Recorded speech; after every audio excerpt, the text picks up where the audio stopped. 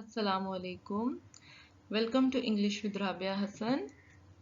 Viewers, in this channel you can learn so many things related to English grammar.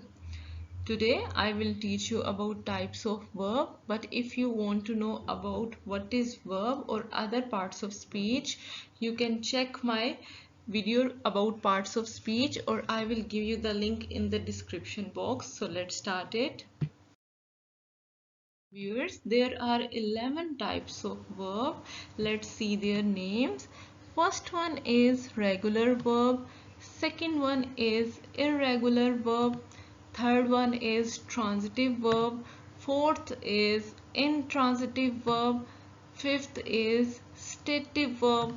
Sixth is dynamic verb. Seventh is helping verb. Eighth is modal verb. Ninth is linking verb, 10th is finite verb, and 11th is non-finite verb.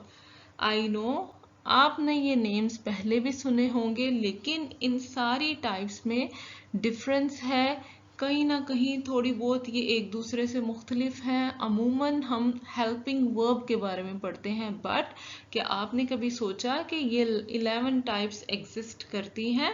So let's discuss them one by one. Viewers, firstly we will discuss regular verb. What is the definition of that? It says it is a verb which forms its past tense. इसमें verb की जो forms हैं वो कैसे built up होंगी? By adding ed to its ending के जब हम उन verb की forms के last में ed का addition करेंगे तो second और third form verb की बन जाएगी. For example, like verb की एक simple form है. इसकी second और third form कैसे बनेगी? अगर हम इसके end में ed का addition करें, we can easily form second and third form, that is liked. So move to the next example, that is wait. Its second and third form is waited. So simply we can say when we are adding ed to the ending of the verb and we are making the second and third form in an easy manner. So this is all about regular verb. Now I am moving to the next type of the verb. Here is irregular verb. What is the definition of that? It is a verb which does not form the past tense by adding ed to its ending. पहली चीज जो आप mind में रखेंगे irregular verb के related कि हमने इसके अंदर जो वर्ब के सेकंड और थर्ड फॉर्म है वो ईडी के एडिशन के बगैर बनानी है. हम ऐसी बहुत सी वर्ब्स की फॉर्म पहले ही पढ़ चुके हैं, जैसे catch, caught. You can see we are not adding ed in the ending, but we are making the second and third form. यहाँ पर past tense से they are saying you that we are forming second and third form जो कि अमूमन एक verb की होती हैं. The second example is telling you eat, ate, eaten. I know you know so many other examples of irregular verb. If you know that, kindly comment me in the comment section. Now I am moving to the next type of the verb. What is that? Type is transitive verb. The definition of transitive verb is that it is a verb that shows its action on a direct object to express a complete thought. सबसे पहले I will repeat the concept of object and subject in a sentence. We all know that किसी भी जुमले में काम करने वाले person को सब्जेक्ट कहते हैं और वो काम करने वाला पर्सन जिस भी चीज पर काम कर रहा होता है उसे ऑब्जेक्ट कहते हैं. और सब्जेक्ट और ऑब्जेक्ट के दरमियान में वर्ब होता है, काम होता है जो लिंक कर रहा होता है सब्जेक्ट और ऑब्जेक्ट को आपस में. So I will repeat the definition. You can easily get the concept now. It is a verb that shows its action on a direct object. यहाँ पर ये बोला जा रहा है कि जब सब्जेक्ट जुमले में जिस चीज पर काम हो रहा है उस पर डायरेक्ट अफेक्ट करेगा तो या एक्सप्रेस करेगा कंप्लीट थॉट को, तो हम कहेंगे इन दो चीज़ों को, किन दो चीज़ों को, वर्ब सब्जेक्ट और ऑब्जेक्ट को वर्ब लिंक कर रहा है, तो ये वर्ब ट्रांजिटिव वर्ब होगा. For example, I found a pen. I is subject in the sentence and pen is object in the sentence. So we can see that a verb that is connecting both of the things here is found. तो यहाँ पर complete thought को ये express कर रहा है. जैसे मैंने ढूंढा, क्या ढूंढा? a pen, एक पेन ढूंढा. The next example is telling you he sent candy from London. उसने क्या भेजा? There is a complete thought. Candy from London, उसने लंदन से कैंडी भेजी. So you can see that send, which is a transitive verb, it is connecting subject and object as well as it is telling you about a complete thought. This is all about transitive verb.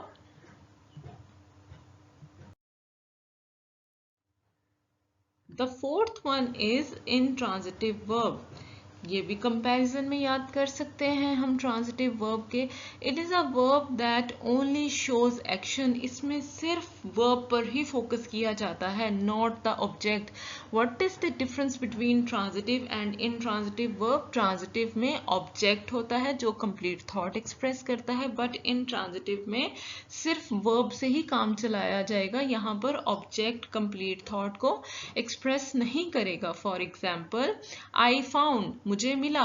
क्या मिला? उसके बारे में कुछ नहीं बताया गया, तो यहाँ पर जो वर्ब है वो as an intransitive verb act करेगा. The next example is saying you they jumped, उन्होंने छलांग लगाई. उन्होंने कहाँ से छलांग लगाई? We don't know about that. So I am moving to the next type of the verb. What is that? The next type is stative verb. Definition: it is a verb that describes the state rather than action and they cannot be used in continuous tense. So listen to me carefully.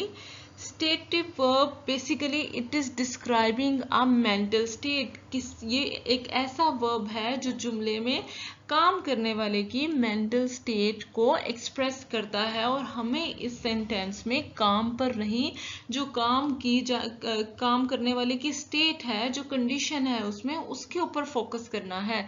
And they can not be used in continuous tense. और इसकी सबसे बड़ी identification ये है कि अपने आप को प्रोग्रेसिव मैनर में एक्सप्रेस नहीं करता, कंटिन्यूअस मैनर में या कंटिन्यूअस टेंस में. फॉर एग्जाम्पल, वर्ब के साथ ing नहीं लगाते इसमें. तो यहाँ पर इसकी एग्जाम्पल आपके कॉन्सेप्ट को और क्लियर कर देगी. जैसे ही knows the answer, we are looking over that. Knows में एस का एडिशन हुआ है, यहाँ पर प्रेजेंट इंडेफिनिट टेंस आ गया है, प्रोग्रेसिव या कंटिन्यूअस मैनर नहीं आ रहा. We are not saying that he is knowing the answer.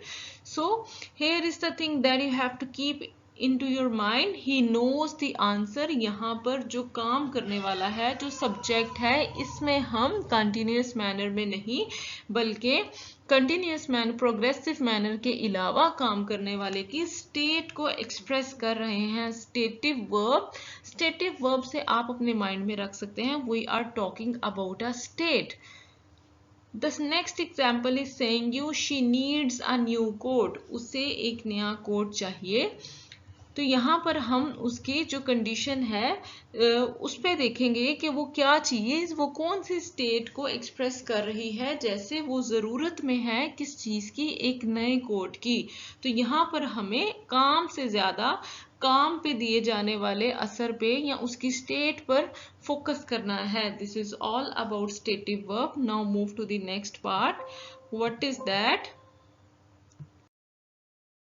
Is dynamic verb.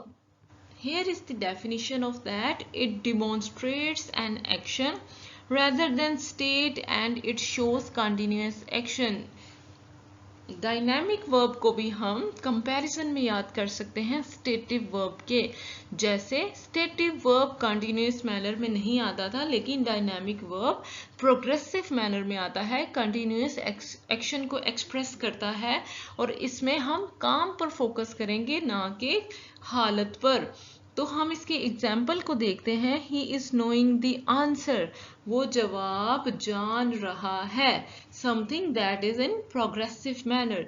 The second example is saying he is demanding a new coat, वो एक नया कोट तलब कर रहा है।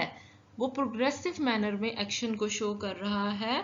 तो डायनामिक वर्ब में हम इसकी आइडेंटिफिकेशन ऐसे कर सकते हैं कि ये प्रोग्रेसिव मैनर में आता है और साथ ही साथ इसमें हम एक्शन पर फोकस करते हैं, ना कि स्टेट पर। Next type of verb, which is helping verb. It is very common and we all know that what is the helping verb. Let's see its definition. It is a verb that change or help an other verb. Simply we can say that it is also known as auxiliary verb. Auxiliary verb कहते हैं जब कोई भी चीज help करती है, verb help करता है सेंटेंस में आकर एक दूसरे वर्ब को, तो हम उसे हेल्पिंग वर्ब के तौर पर लेते हैं। It is used with a main verb. Basically ये खुद वर्ब नहीं होता, मेन वर्ब नहीं होता, इसको मेन वर्ब के साथ यूज किया जाता है। And second thing that you have to keep into your mind, it express main verb mood voice. इसमें जो मेन वर्ब आएगा उसके ये मूड को एक्सप्रेस करेगा कि वो मेन वर्ब क्या, उसकी वॉइस को एक्सप्रेस करेगा कि वो किस मूड में अपनी बात को एक्सप्रेस कर रहा है। फॉर एग्जाम्पल जैसे बी है, am, is, are, was, were, being and there are so many other examples of be कि अगर कोई चीज जुमले में है तो वो किस वॉइस में अपने आप को एक्सप्रेस कर रही है। फॉर एग्जाम्पल कि वो प्रेजेंट में अपने आप को एक्सप्रेस कर रही है, पास्ट में एक्सप्रेस कर रही है, कि फ्यूचर में एक्सप्रेस कर रही है। ऐसे ही जो सेकंड हम देख रहे हैं हेल्पिंग वर्ब की एग्जाम्पल हैव, इसको हम एक्सप्रेस कर सकते हैं बहुत से और मैनर्स में, like has, had, having etcetera. जैसे अगर वो कोई चीज रख रहा है तो वो रख रहा है कि रख रहा था या रखेगा या रख रहा है। तो आप देख सकते हैं कि यहाँ पर हम जो एन अदर वर्ब को हेल्प करेंगे वो किस तरह हेल्प कर सकते हैं, उसके मूड या वॉइस पर ध्यान देते हुए। आप हेल्पिंग वर्ब एग्जाम्पल से अच्छे से समझा जा सकता है जब हम इसे सेंटेंस में यूज करेंगे। She was lying from day one, वो पहले दिन से झूठ बोल रही है। सो यू कैन सी कि वॉज वो पहले दिन से झूठ बोल रही थी, तो वो बोल रही थी। यहाँ पर जो वॉज है ये हेल्प कर देगा आपके मेन वर्ब को, दैट इज लाई, झूठ बोलना, लाइंग फ्रॉम डे वन, कि वो पहले दिन से ही झूठ बोल रही थी। तो यहाँ पर ये वर्ब जो हेल्पिंग वर्ब की एग्जाम्पल है इसके कॉन्सेप्ट को इजीली एक्सप्रेस कर रही है। तो अब हम वर्ब की अगली टाइप पर मूव करेंगे।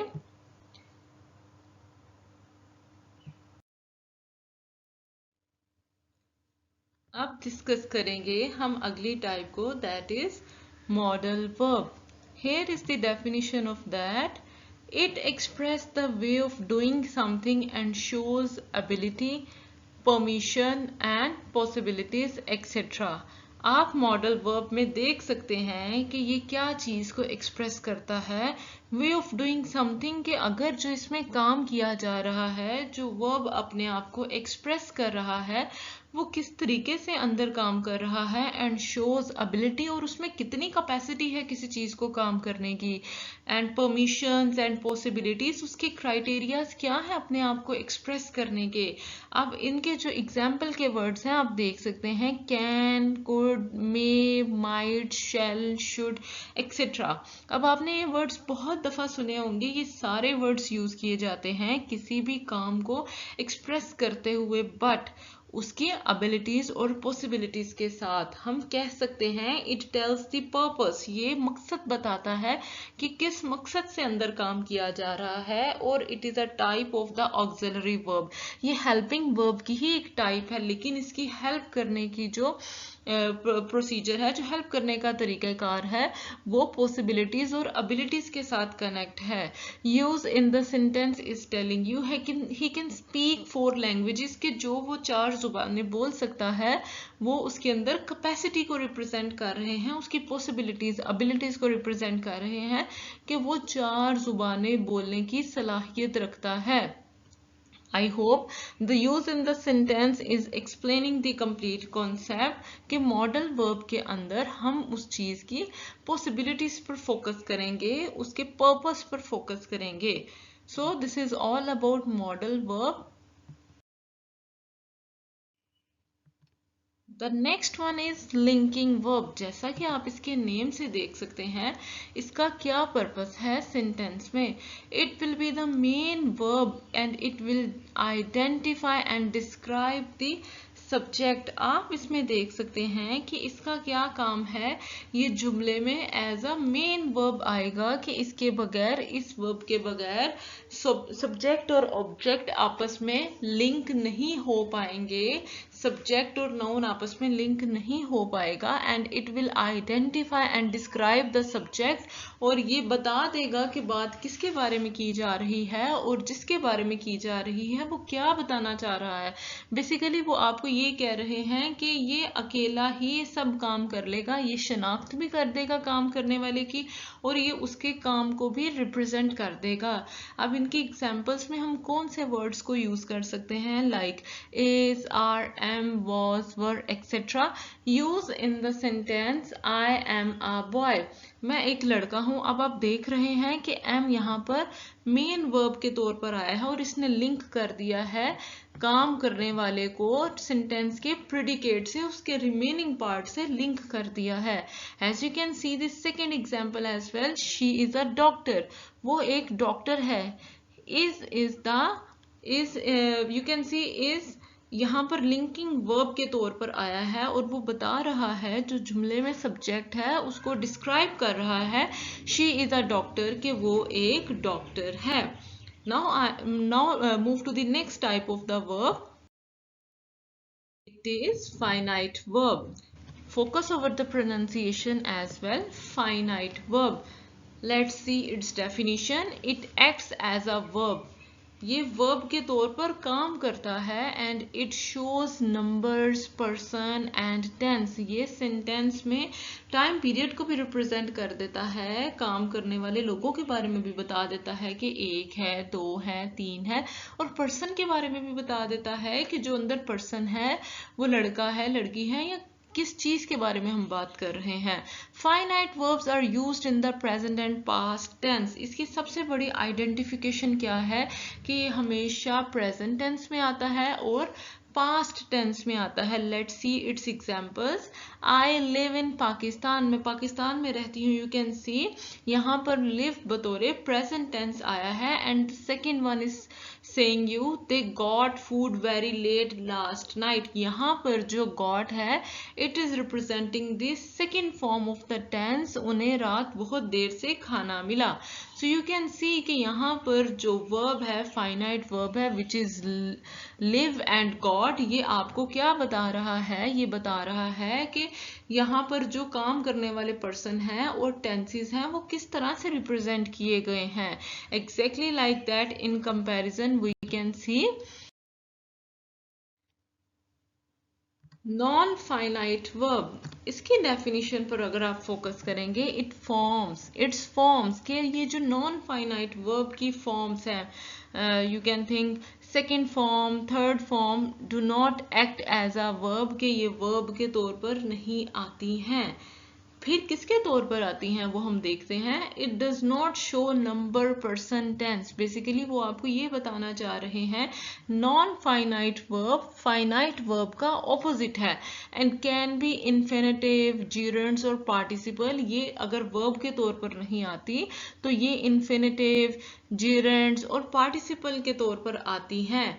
फॉर एग्जाम्पल जीरेंड, आप देख सकते हैं जीरेंड किसे कहते हैं। I will explain you the concept. जब कोई भी वर्ब के तौर पर ना आते हुए अपने आप को नाउन के तौर पर एक्सप्रेस करता है तो उसे हम जीरेंड कहते हैं। For example I am dancing, मैं नाच रही हूँ। डांसिंग, डांसिंग क्या है, डांसिंग एक काम किया जा रहा है, ये एक वर्ब है, but in this sentence dancing is my hobby, dancing को मैं वर्ब के तौर पर ना लाते हुए नाउन के तौर पर एक्सप्रेस कर रही हूं, तो फिर हम इसे वर्ब नहीं कहेंगे, फिर हम इसे जीरंड कहेंगे।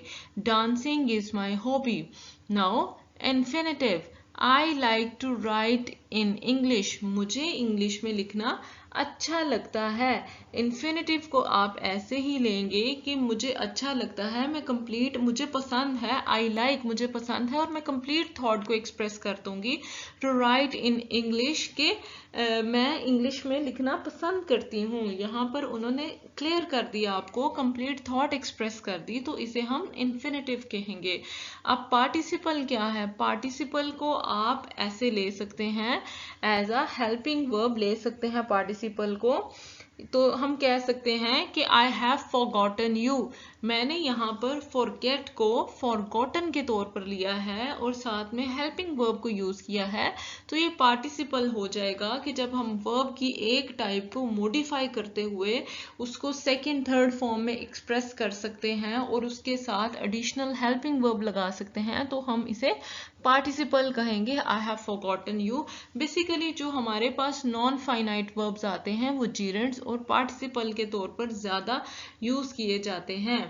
तो यहाँ पर मैं समझ सकती हूँ कि आप नॉन फाइनाइट वर्ब के कॉन्सेप्ट को समझ गए होंगे। Viewers, this is all about types of verb. ये नई टाइप्स हैं लेकिन हम इन्हें आसानी से याद कर सकते हैं। I hope you liked the video. If you liked the video, kindly subscribe to my channel. और अगर आप ऐसे ही स्टेप बाय स्टेप इंग्लिश सीखना चाहते हैं तो इस चैनल से जुड़े रहिए और इस चैनल को ज़्यादा से ज़्यादा शेयर करें ताकि और लोग भी इसके बारे में जान सकें। Thank you. अल्लाह हाफिज़।